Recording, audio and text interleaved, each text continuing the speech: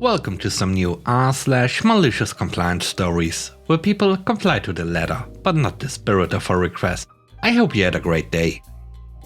The first story is called Want to be a Karen? I work at a retail store, and usually nothing surprises me anymore. Some people are insane, and it really shows. Had a God-fearing woman come into the store, and it was the best karma experience I've ever witnessed, and I didn't even step out of line. I had walked away from my register for a minute to go get some earbuds for a customer when a woman walked in asking where customer service was. I point to the register line and she complies. I hit my customer for a good solid 15 minutes and he soon leaves. The lady then barges up to my register and I politely inform her that the line starts to the left and there was a man in front of her. She gets angry at me and proceeds to turn on Karen mode. Well, you told me that customer service was here. I'm here, aren't I? Why must I wait? Blah blah blah. She hated me from this point on and forced the guy to give up his spot in line. I comply with her request to cut the whole line. What could go wrong? She clearly needed help and I'm just a stupid worker bee, right? She comes to me with a laptop she's trying to return, while also threatening to call up my manager for me being disrespectful. She also wanted me to get rid of all her Bibel files and store them on a drive, which is something I'm not supposed to do. Whatever, I asked my coworker to help get her files back. We turn on the laptop, and boom, her laptop is broken. She came in with a laptop she damaged, there's no way we can retrieve the files. I inform her that I can't return her laptop and that she was out of luck. So much for getting a free new laptop for her Bibel files. I watched as my manager came in to tell her the same thing. No laptop today, lady. The next story is called Not With Me. This happened many years ago. I was working at an IT division of Dabiz. The division was inventing itself as it went along, slowly going from mainframe to smarter small boxes, automating all manner of processes. The programmers needed software. The rule was that software must be ordered through the purchasing department, which had sweetheart deals with certain specified providers. If some poor soul needed a compiler, purchasing would go to their designated providers. 6 weeks later, the programmer would get a different program just as good or does the same thing, which was unusable, and the division would get a bill for full sticker price. They wouldn't let us return it either. The division manager, hereinafter known as the spoiled bully the DM, got really tired of this. It was screwing up his delivery dates. Purchasing would not be moved. This was the way they had always done it. They would only order from approved sources who mostly provide office supplies. If those kickback buddies didn't carry what we needed, then a substitution would be made. Those are the rules, live with it. Finally, the DM decided to do his own purchasing and expands it. He handed me a bunch of catalogs that sold software at deep discounts with guaranteed overnight shipping. My mission was to provide our people with the tools they needed, when they needed them, and send the receipts over to purchasing for reimbursement. All very neat and a bear trap beyond compare. Because Dabiz couldn't be trusted, neither could the DM, and I was getting airdropped between two divisions at war. Garbage alarm falls smoking off the wall and rolls around the floor creeping. How do I pay for the software we need? Use your credit card. Oh heck no, I can't afford it. Fine, we'll get you a company credit card. And he brings me an application for a company credit card. Sign this, says he, and off he goes to brighten someone else's day. I'm a suspicious person. Dabiz has previously demonstrated it can't be trusted around a glass corner. I read every word of the form, which said in dense legalese that I was personally liable for the card's charges. If purchasing decided to retaliate by delaying or refusing reimbursement, I'd be out the money and my credit rating destroyed. In short, it was exactly the same as using my own credit card. DM is trying to use my personal savings for company purchases, which Dabiz may refuse to reimburse. This is a little slimy, even for Dabiz. Malice ensues. It is quite unassuming malice, but sufficient unto the day. I ran through this piece of self-serving viciousness and crossed out every line that preyed on my personal credit and income.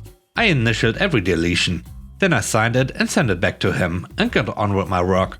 Sure enough, here he comes thumping down the aisle. This is a man who does not like to be thwarted. He splutters in rage. He waves the form around. I asked him, have you actually read that contract? Whatever made you think I would sign it unedited? And he stops. It occurs to him that I can read, spell, write a simple declarative sentence and learn a software program from its manual in 2 days from a standing start. The current graduates of the local schools can't.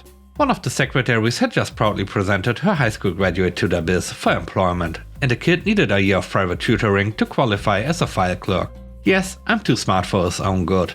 Yes, I'm defying him. But just maybe he shouldn't be creating a situation where I would quit in self-defense and tell HR why. Questions might be asked. Embarrassing questions, using ugly words like extortion and attempt to defraud.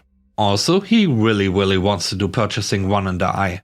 I have no problem at all with that, as long as he's not expecting me to bankroll him. He huffs.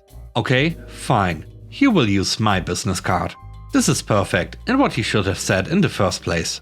He's too well paid to be inconvenienced and too high ranking to be stiffed. Agreed, I say. I'll keep a spreadsheet of what we buy.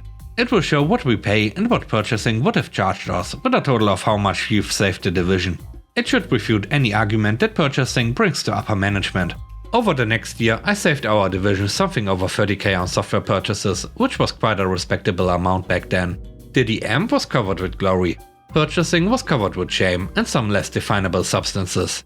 And I was merely covered, which is all I ask. The last story is called Tricky Business Practices. This was a few years back. My friends got me Watch Dogs, a video game, for my 20th birthday. The game was not out yet, so they pre-ordered it at the French version of GameStop, and they got a quite expensive edition, about 70 euros. As the game was not out yet, I got some papers to retrieve it when it is released. The game had some delays and was released a year later, so I instantly went to GameStop to get my game the week it was officially released. I showed the papers to the cashier/owner, and he told me, "Sorry, but your gift card is expired." And I was like, "What the heck are you talking about? The game just got released like 2 days ago." Seems like when you pre-order a game at this version of GameStop, they give you a document that says that you pre-ordered the game so that they keep it in stock, and a gift card of the amount of the game. And this one expired after a year, so a few weeks back. I tried to explain my situation to the owner. My friend pre-ordered a game, and I just came to get it when the game was out, nothing unusual. The guy was visibly upset, as I didn't want to pay 70 euros for my birthday gift already paid for by my friends. He told me that he will have to call some guys to see what he could do. I heard him have a couple of laughs on the phone with the guys, so I thought it was going to be okay, since the owner seems to know the gift card guy. Big mistake. Never assume someone actually cares about your situation. The owner told me that after speaking with the gift card guy, he can only get me 40 euros of the 70 euros and that I will have to pay the remaining 30 euros. I was furious, but I was also pretty shy and didn't want to make a scene. He told me I could fill a complaint later to GameStop to get my money back. But seriously, that was just an excuse to get me out quickly. I finally agreed to pay the remaining 30 euros and fill a complaint when I got back home. I got redirected a couple of times and I was getting furious at the situation. They didn't want to hear anything, and they often just did not respond at all. So after a week of me sending emails, I said something along those lines. If I do not get a response back before tomorrow night, I'll start by spreading my story to social networks and notation services. I'll explain how I ended up paying 100 euros instead of 70 euros for a game, before taking it to court. Kind regards. I did get a response after this mail, stating that gift cards were only available for 1 year. They didn't want to admit their mistake, but they were offering me 6 vouchers of 10 euros for my loyalty. I asked for 30 euro cash, but since I got 60 euros to spend on games, I took this as a win and accepted. They mailed me the 6 codes, and I happily went back to GameStop to buy some games. I didn't remember what I chose, but when I went to pay, the cashier, who was the same guy as last time, told me that he can only apply 1 voucher per buy. So since I got a 60 euro game, I'll have to pay the remaining 50 euros, since he can apply only 1 10 euro voucher. I literally froze, like, is there some hidden camera? Is this some kind of joke? I told him I won't pay for this game and take a look around the store. That's when I saw them, a big pile of 10 euro Steam gift cards. So I put on a big smile and told him I get this 10 euro Steam gift card. The guy was visibly confused but accepted and applied my voucher, so I got it for free. Once he handed me the bill, I said thank you and told him I'll also take this 10 euro Steam card. And also that one. And that one.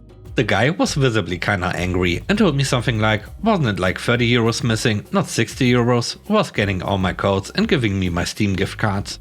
I said, yeah, but I got angry. Which must have sounded a little fun, since I was really a shy guy and looking so. In the end, I followed exactly what they said and ended up with 60 euros free Steam gift cards when they wanted to trick me with their vouchers. Needless to say, I never went back to another GameStop ever in my life. And with that, we end today's video. Let me know what you think about the stories. On a scale of 1 to 10, how would you rate the stories and today's video? I hope you enjoyed the video. If you did, please don't forget to subscribe and hit the like button. And I hope you have a great day. Stay safe. Bye bye.